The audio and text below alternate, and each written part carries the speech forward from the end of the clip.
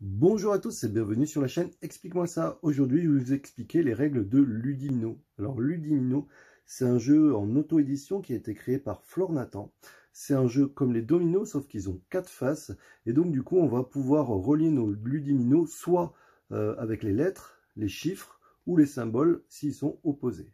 Alors, sur le T, par exemple, on pourra mettre un S, d'accord? Ou alors, on pourra mettre un U. Sur le 19, on pourra mettre soit le 18, ou soit le 20 pour relier. C'est un jeu de 2 à 6 joueurs pour des parties qui durent environ 35 minutes à partir de 10 ans. Pour la mise en place, c'est très simple. Chaque joueur va recevoir 4 bonus, une main, 2 jokers et un sens interdit.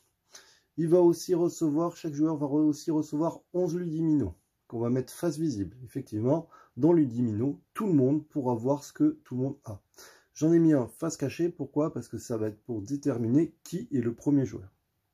Donc dans Ludimino, je vous ai expliqué qu'on pouvait mettre en fonction des lettres et des chiffres, ou des formes. Alors par exemple, si jamais j'avais ceci posé au milieu, sur le D par exemple, je pourrais mettre un C. Effectivement, on peut tourner dans nos Ludimino, il n'y a pas de problème. Par exemple, je pourrais mettre aussi, vous voyez, le 80 pour faire 81, ou alors je pourrais mettre le C, puisqu'on peut redescendre. Normalement, on joue qu'un ludimino, sauf si dans notre main, on a réussi à en avoir deux qui s'accordent. Par exemple, vous voyez, ces deux-là ont la même forme, et donc du coup, hop, je peux les mettre à côté.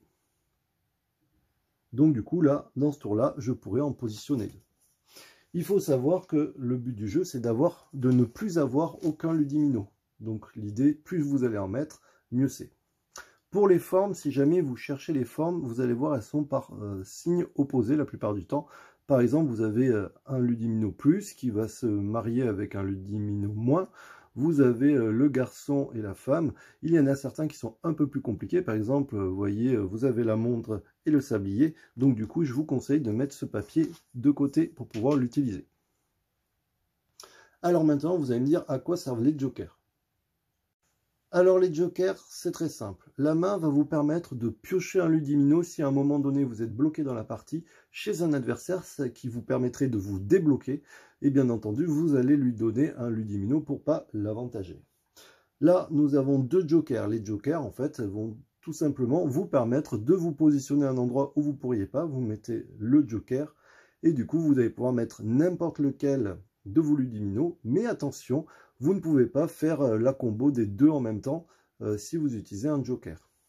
Je vous conseille bien sûr de les utiliser plutôt vers la fin, car au début de partie, ça peut d'intérêt, mais vers la fin, ça prend tout son sens, parce que du coup, ça va vous permettre de vous débloquer.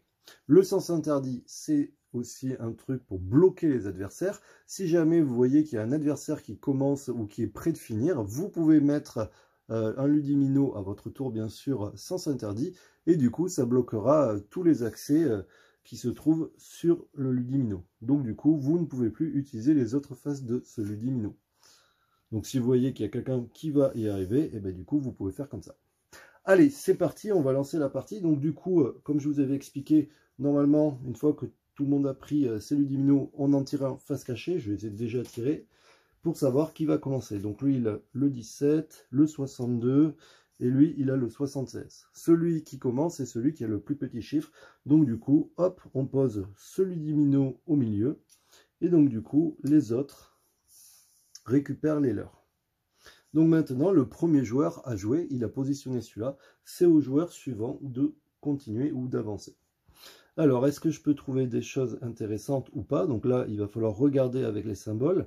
Nous, P, Q, R, S, T. Alors, il me faudrait soit U, R. Alors, soit le U, soit le S. Est-ce que je l'ai? Non. Est-ce que j'ai ce symbole? Non. Est-ce que j'ai un 16 ou un 18? Non. Donc, par exemple, ce joueur ne peut pas jouer. Donc, du coup, il va jeter un ludimino dans le sac et il va en piocher un autre.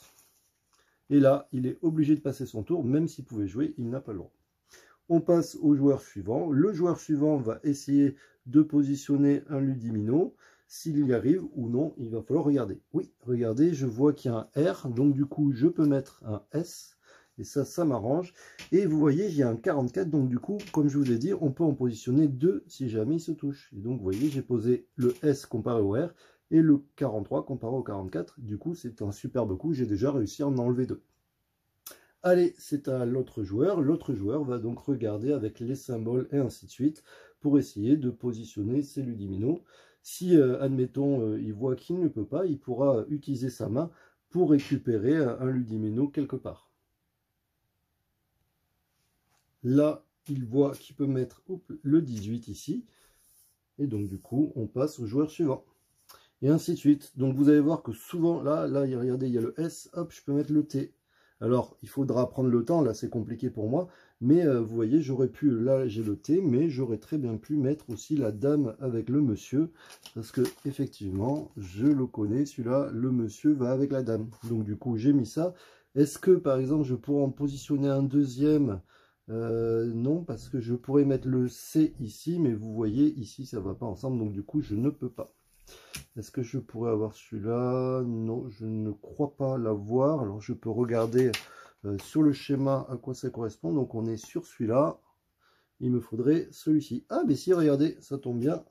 J'ai le même symbole. Donc, du coup, vous avez vu, j'ai réussi à en positionner 2. Et voilà, et on va continuer ainsi de suite. Et donc du coup, imaginons ce joueur n'arrive pas à jouer, il peut très bien décider de mettre un joker. Donc un conseil, quand vous mettez des jokers, essayez de les enfermer pour pas laisser l'accès à tout le monde. Par exemple, je ne sais pas, on peut le mettre ici, et il va pouvoir jouer un Ludimino. Par exemple, ici.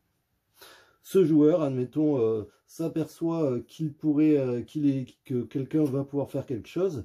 Donc, comme je vous ai expliqué, c'est plutôt vers la fin de partie. Vous voyez, je vois que, par exemple, ce joueur, il pourrait mettre ça ici, puisqu'il a le même symbole. Je peux décider de mettre un sens interdit, et donc, du coup, ce joueur ne pourra pas jouer ici, en tout cas.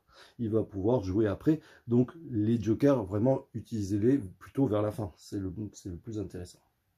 Lui, il pourrait utiliser sa main. S'il utilise sa main, je vais regarder ce que je peux faire. 2 petites secondes. Donc lui, admettons, il ne peut pas jouer. Hein. Donc il décide de jouer sa main. Après, sa main est défaussée. Hein. Il ne pourra plus la jouer, forcément. Il a vu qu'il pouvait prendre le 54 de ce joueur. Il aurait pu aussi prendre chez les autres adversaires. Mais là, du coup, il a vu qu'il pouvait prendre ça. Et comme il lui en a volé un, et bien du coup, il lui en donne un au hasard. Voilà, vous avez compris l'idée. Au fur et à mesure, si jamais vous êtes bloqué, ben, vous piochez ou vous utilisez des bonus. Et puis voilà. Donc un jeu vraiment de réflexion, il va falloir vraiment tout observer, regarder ce que font les autres joueurs, regarder s'ils sont proches d'y arriver ou pas. Dans ce cas-là, si vous voyez qu'ils sont proches, utilisez vos sens interdits pour les bloquer, ou alors prenez leur Ludimino pour essayer de les empêcher de gagner. Et puis voilà, je vous dis à très bientôt. N'hésitez pas à vous abonner et à liker notre chaîne YouTube, explique-moi ça, et nous suivre sur Insta. Je vous remercie de plus en plus, vous êtes de plus en plus nombreux, et on est aussi sur Twitch. Allez, ciao, ciao, bye bye.